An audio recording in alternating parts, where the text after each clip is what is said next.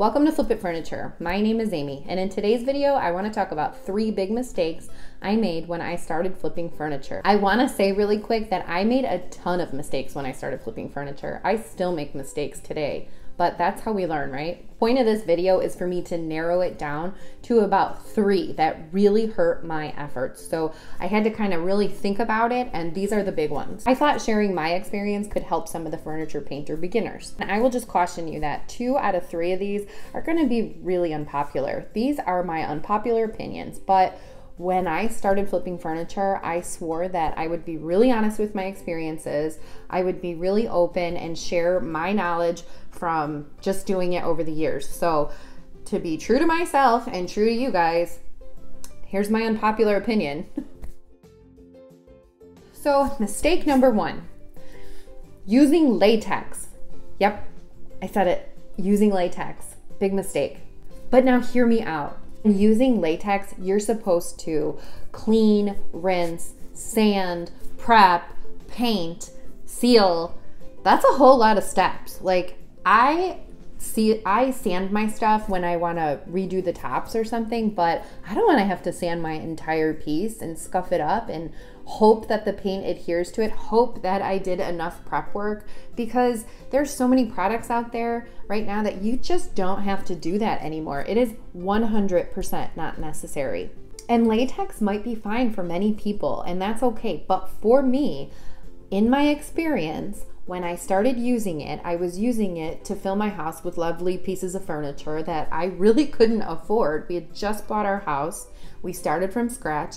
It was completely empty. So I cost effectively started using latex. And at the time, chalk paint wasn't really popular. So, I mean, they had some on the market that were a little bit more expensive for me. So for me, it was like a no-brainer. I was going to use latex. But after about a year of living with these pieces, they started peeling. You know, if chalk paint gets a chip, it doesn't peel afterwards. You can just touch it up. With latex, a chip turns into a peel, and then you pretty much have to strip the whole thing and repaint it, or it's all uneven. So I didn't want to have to keep doing that. And when you're working so hard and you're sanding every piece, it's kind of devastating when it starts to peel. And another thing I noticed is yellowing. Immediately when I would put on polyacrylic or polyurethane, I would notice it would turn a little off-white. And then after about a couple months, my piece would actually yellow. So I just knew that this was not the answer anymore. And I don't want to share this, but right when I started realizing that I could sell my furniture, I sold a piece of furniture. It was a coffee table, and I had painted it with latex paint. On the way to the car, the girl hit it on her trunk and it dinged, you know, so we had a ding, and then it scratched, and then that scratch turned into a peel right before my very own eyes. And she was so kind. I was horrified, but she was so nice. She ended up still buying the piece. I don't know what happened now. I can't even imagine. So that was it. That was the last time I ever used latex. I started my research, and that's when my love of chalk paint began. So that brings me to number 2, which is sanding. I did not do research on sanding. I just sort of dove in. I watched like one video and I was like, I could do this. So I did. I bought a sander, I bought sanding pads, and I just had a piece that I was like, it was a buffet, and I thought, I want to redo the top. I want to restain it. So I totally went in with like an 80 grit and I just sanded it, and of course I sanded it too far. It was veneer. I didn't do my research. I had no idea about veneer. I didn't know about laminate. I didn't know about poplar. I didn't know any of it. Like, I didn't do any research. So before you start sanding stuff, do some research. Do research on pieces. Poplar, I don't know, but you ever hear of like the Depression era furniture from like 1930s, which is like, it's made out of gum and poplar. You're not even supposed to sand that. Like, it's not supposed to be refinished. It's actually like super cheap particle board, and it's beautiful. And I love that style of furniture. I redo it all the time, but I would recommend just painting it, you know. That's a borax furniture. So look that up, you know. Look up veneer. What is veneer? It's I mean, I could talk all day, but like look up French Provincial Furniture, Formica, you know, find out what you're sanding before you dive in and sand it, because you can completely ruin your piece.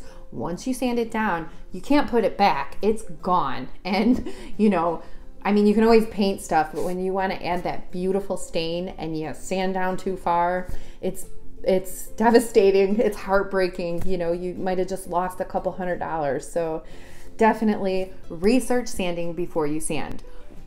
Oh, one more thing.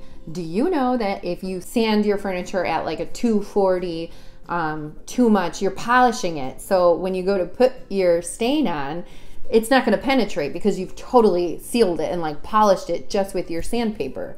So definitely do some huge extensive research on sanding. So let's go to number 3. Number 3 is not priming. Yes, it's another one of my very unpopular opinions, but like I said, it's my experience and I want to share it. All these chalk paint companies come out and they say, you know, use my chalk paint and there's no priming, you know, no need to do this, no need to do that. Well, okay, it's not about the chalk paint. I'm sure the chalk paint's great, but when you look at the piece, it is all about the piece. Most furniture flippers are getting furniture for free. They're getting furniture that needs work on them. I mean, I'm not going out and I'm buying a new piece of furniture just to flip it. No. I'm using somebody's used furniture, which probably had like old dirty gym socks in there. I mean, let's be honest, okay? A lot of these pieces have odors.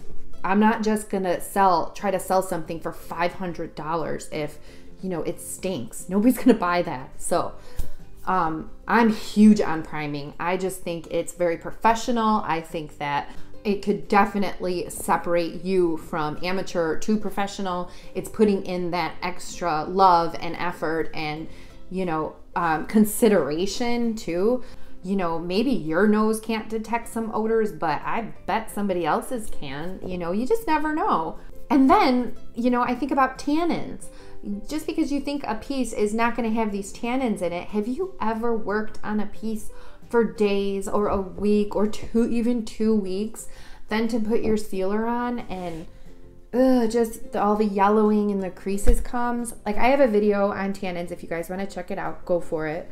I'm not going to get super in depth, but you guys, that's the worst. It's the worst feeling in the world. I just did my piece and it's almost like having streaks. Oh, you know, it's like, no. So if you could avoid that, all you need is like a shellac. All you need is Zinsser's bin. Amazing, you know, and they're hard to use. Yes, they're oil-based, but guess what? Figure it out. Like, once you figure it out, your piece is going to be so much better and it'll be able to sell it for more. I mean, there's so many benefits to priming. And remember earlier when I talked about sanding for adhesion? Ugh, like that, I don't want to do that. So I use a primer. Even the bin has excellent adhesion. All the chalk paint companies, not little, but the big chalk paint companies, they have their own adhesion primers. They have their own tannin blocker primers. Just prime. It will step up your game in the furniture flipping world for sure. So those are my 3 big mistakes. And in my eyes, they're like 3 big tips, you know, use them or don't, but that's what I do. And, you know, your experience could be different than mine. I always want to say that because I hear people who use latex, hey, and you know what, make your own chalk paint. Add the plaster of Paris. I've never done that. I would love to do that someday, but I would use latex in that context, but definitely not just latex on my furniture anymore. I'm sorry. I know some of these are really bad, but it's just, I have to say, it's my opinion. It's how I feel. And I hope you guys got some value out of this. If you did, please hit the like and subscribe button, and I will see you next week. Okay? Thanks.